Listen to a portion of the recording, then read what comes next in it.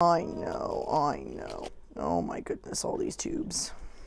8-year-old Liam has Down syndrome, epilepsy and a lung condition. His mum, Angelina, gets 3 nights off a month. I want to care for my son, but that break helps me just continue the journey and continue being his mom and being able to do all the things that give him quality of life. 14-year-old Gurpreet has a genetic disorder and goes to the same respite centre once a week, giving her mum Satnam time with her 2 other children. Without respite, I can't do anything. The younger 2 want to do normal things that their friends do, and they want time with me, which is it's very difficult for me to do when give them that undivided attention when Gurpreet's around. They come to Nascot Lawn in Watford, where the respite care is nurse-led because of the children's complex needs and paid for by the NHS body that commissions, in other words, that buys local health services.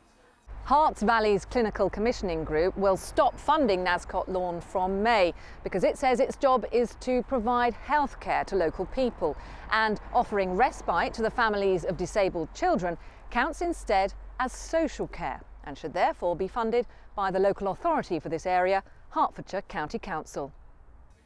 Charities warn this kind of dispute is becoming more common as social care cuts bite.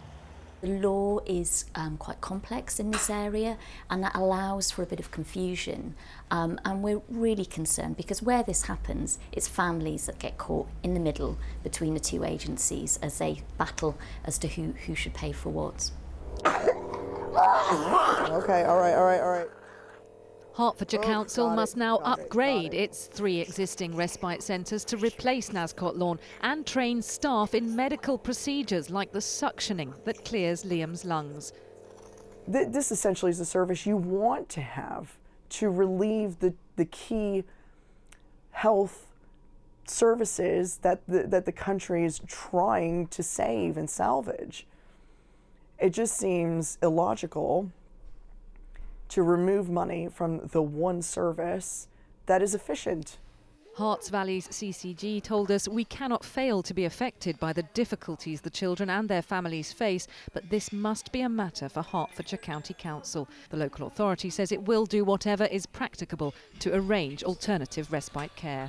But with staff leaving Nascot Lawn ahead of its closure, Satnam's respite breaks have been cut to 1 night a month.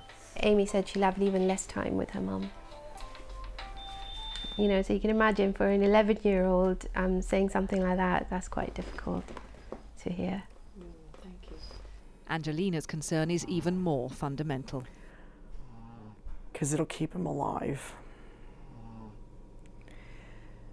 It's the people that know him, that have cared for him for 7 years, that know the ins and outs of him. That's why it's so important.